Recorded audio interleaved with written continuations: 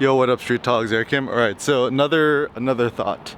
So this notion is about action and reaction, cause and effect. So I like to think that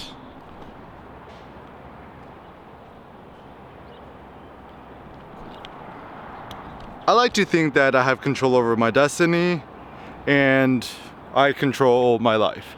So when I say destiny, I don't know if I like to say destiny because too much like voodoo and witchcraft involved with notions of destiny. But what I do like is I kind of like the notion that I could determine and dictate how I live my life, why I live my life, and towards what aims I want to aim towards.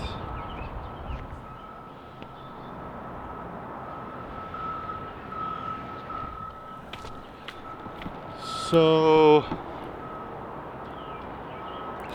generally speaking, if we think about life like cause and effect, action and reaction, I think to think about life from a physics-based approach is a good one. Because, okay, so practical examples. If you eat a bag of sugar, what's gonna happen? You're probably gonna put on body fat, like adipose tissue. That's obvious, right? Let's say you lift a bunch of heavy weights a lot and then you eat a bunch of meat. What's gonna happen? Your muscle mass is gonna increase and you're gonna get more muscular and bigger, right? You're gonna become stronger. If you want to somehow make money on the internet or whatever, how do you do it? You gotta create a product, a service, a technology, or something, and then ask people for money, like charge money for it, and set up a PayPal link or buy it now button or whatever.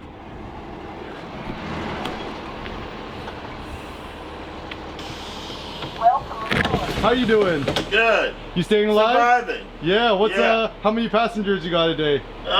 We average about 10 or 15. That's the max. Yo, how do you keep yourself from getting bored? How do I keep myself from getting bored? Yep. I stay focused on not getting sick. So what are the best ways to not get sick?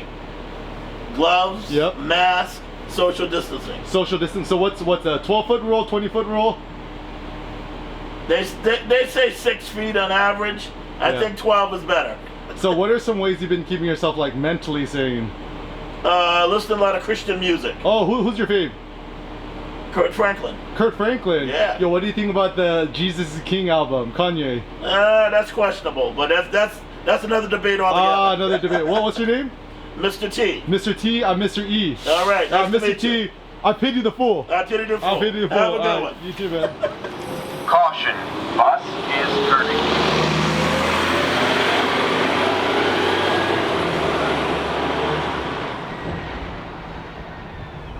So it looks like the Amtrak is only closed to people with essential travels related to COVID, I suppose, right? So anyways, so thinking about like cause and effect, it's kind of interesting because with cause and effect, man, actually the cool thing with vlogging and carrying around this like stupid video camera thing is that like a lot of people just stop and like say hello, and then I've actually started lots of interesting conversations. They're kind of like that.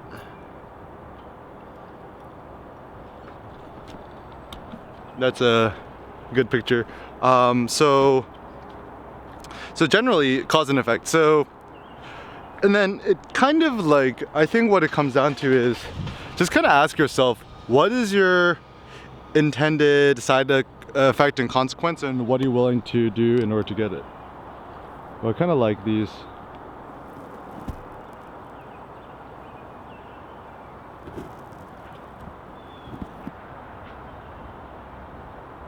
Sign of growth and new life. Spring is upon us. So, oh, even the sun's coming out, nice. So generally speaking, what I would say is, yo, look at this. this is pretty funny.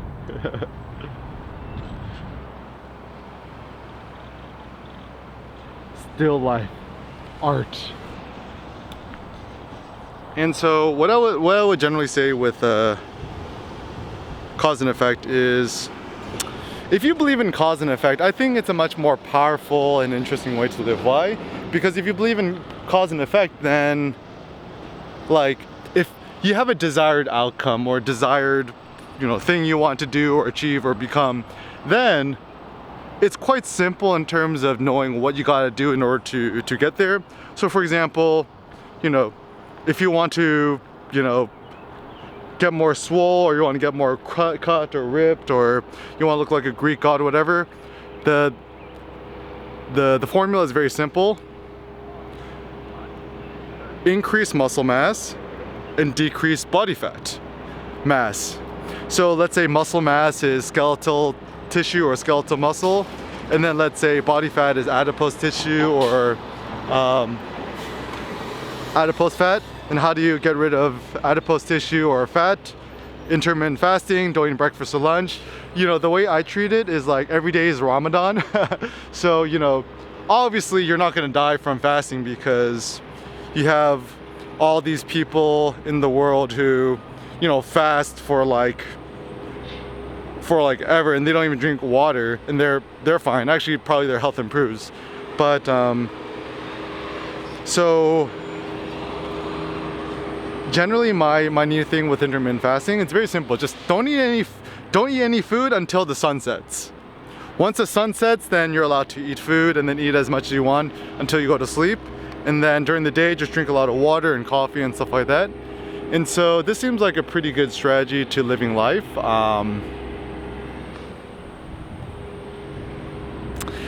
So taking it back to and also increasing muscle mass. How does one increase muscle mass? One increases muscle mass by, you know, putting your body under more like stress and resistance. So either more push-ups, more difficult push-ups. You do incline push-ups, one-handed push-ups, clapping push-ups, whatever. Yeah, okay, so that's one thing.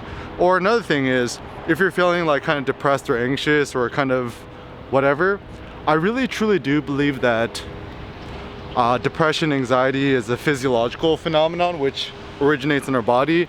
And I don't necessarily think it's because like somehow our brains or whatever are mentally, like there's something defunct with us. It's like we don't have like a morally messed up operating system or brain in our head. It's just kind of more of a physiological phenomenon because, like, let me give you an example. If I'm trying to do a max attempt deadlift. So let's say I'm trying to deadlift 455 pounds, right? And I need to focus, and in order to do the lift or whatever, before the lift, during the lift, and after the lift, it is physiologically impossible for me to feel depressed or anxious because 100 trillion% of my energy is going towards doing that lift. And so as a consequence, you know, when I'm actually lifting weights or putting my body under extreme stress or difficulty or doing max out sprints, then I actually feel fantastic. I feel really good. And then it also obviously boosts my mood. So, and also other ways that I feel less anxious is just going on a walk. Like if I'm indoors all day, you know, and then let's say you're reading the news or something, obviously you're gonna feel more anxious and depressed or scared or whatever. So the best way is to just go on a walk. And I feel like when you think about walks, we shouldn't think of it like quote unquote exercise. We should think of a walk just like a nice walk. And then, you know, you kind of look at the trees, you look at the nice green stuff. People like green stuff, right? You see all the trees.